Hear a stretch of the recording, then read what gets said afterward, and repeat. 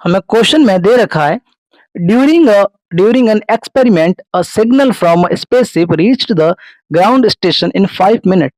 What was the distance of the spaceship from the ground station? The signal travels at the speed of light, that is 3 into 10 to the power 8 metre पर second. तो हमें ये कह रहा है कि एक स्पेसशिप है, मान लीजिए हैं कि ये एक स्पेसशिप है और हमारी ये जो है ये एक अर्थ है। तो इस स्पेसशिप के द्वारा कोई सिग्नल भेजा जाता है, जैसे ये मान लीजिए सिग्नल भेजा हमने स्पेसशिप से।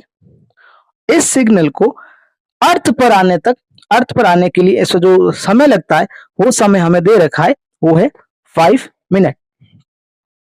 5 मिनट यानी कि स्पेसशिप ने कोई सिग्नल भेजा और उस सिग्नल को हमारे जो पृथ्वी पर आने में जो समय लगा वो है 5 मिनट। और हमें अब जो पूछ रहा है, हमें जो स्पेसशिप और अर्थ के बीच की जो डिस्टेंस जो है क्या होती है या फिर क्या है वो हमें ज्ञात करना है। और सिग्नल की जो हमें स्पीड दे रखी है, स्पीड ऑफ सिग्नल हमें दे रखा है, स्पीड ऑफ सिग्नल दे रखी है 3 into 10 to power 8 मीटर पर सेकेंड। तो हम जानते हैं कि स्पीड इज इक्वल टू होता है डिस्टेंस अपॉन टाइम।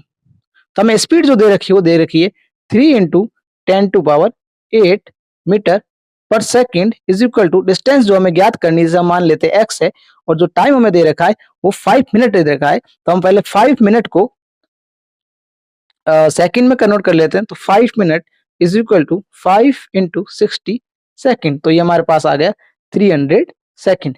तो हमने ये लिख दिया 300 सेकेंड। बाद हम x ज्ञात करना है, तो x ज्ञात करना, तो हमने 300 को यहाँ भेज दिया। तो x बराबर 3 into 10 to power 8 into 300 second is equal to, हमने इसको जब इंटू किया तो 9 into 10 to power 10 मीटर हमारे पास डिस्टेंस आ गई। यानी कि स्पेसशिप से अर्थ के बीच की डिस्टेंस है 9 into 10 to power 10 मीटर।